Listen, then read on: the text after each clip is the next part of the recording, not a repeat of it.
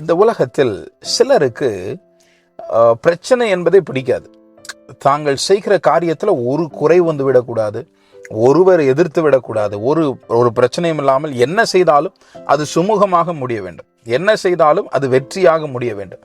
இவர்களுக்கு பிரச்சனை பிடிக்காது, போராடுவது பிடிக்காது, ஒரு கஷ்டத்தோடு கூட போவது அவர்களுக்கு பிடிக்காததாக இருக்கும்.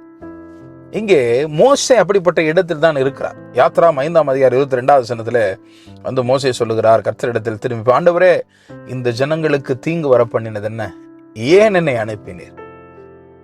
இவர்களை காப்பாற்றத்தானே என்னை அழைத்து கொண்டு வந்தீர், இப்பொழுது இவர்களுக்கு தீங்கு வந்திருக்கிறது, ஏன் என்னை அனுப்பினீர் என்று சொல்லி மோசே ஆண்டவரிடத்தில் கேட்கிறார். இப்படி ஆண்டவரிடத்தில் கேட்கிற பலர் நாம் இருப்போம்.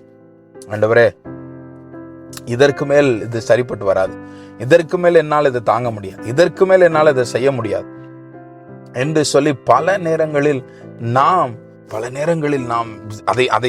இதோடு கூட என்னை விட்டு விடுங்கள் என்று சொல்லுகிறவர்கள் உண்டு. ஆண்டவர் அதான் இங்கே மோசே அப்படிப்பட்ட இடத்தில் தான் வந்து நிற்கிறார். பிரியமான தேவனுடைய பிள்ளைகளே, உங்களை கொண்டு ஆண்டவர் செய்ய நினைத்திருப்பது பெரிய காரியம். நீங்கள் ஆண்டவருக்காக செய்ய போவது பெரிய காரியம். இந்த உலகத்தில் நீங்கள் செய்ய போகிற காரியம் மகத்துவமானது. ஒருபோதும் விட்டு விடாது. ஒருபோதும் இதோடு கூட நான் இதுக்கு மேல என்னால முடியாது என்கிறதான ஒரு இடத்திற்கு வந்து விடாது. உங்க கூட ஆண்டவர் இருக்கிறார். உங்க கூட உங்களை அனுப்பினது அவர் தானே, உங்களை தெரிந்தெடுக்கிறது அவர் தானே, அந்த வேலையை கொடுத்தது அவர் தானே, இந்த இடத்துல உங்களை கொண்டு போய் வைத்தது அவர் தானே. கலங்காதீர்கள், அவர் உங்களோடு கூட இருப்பார்.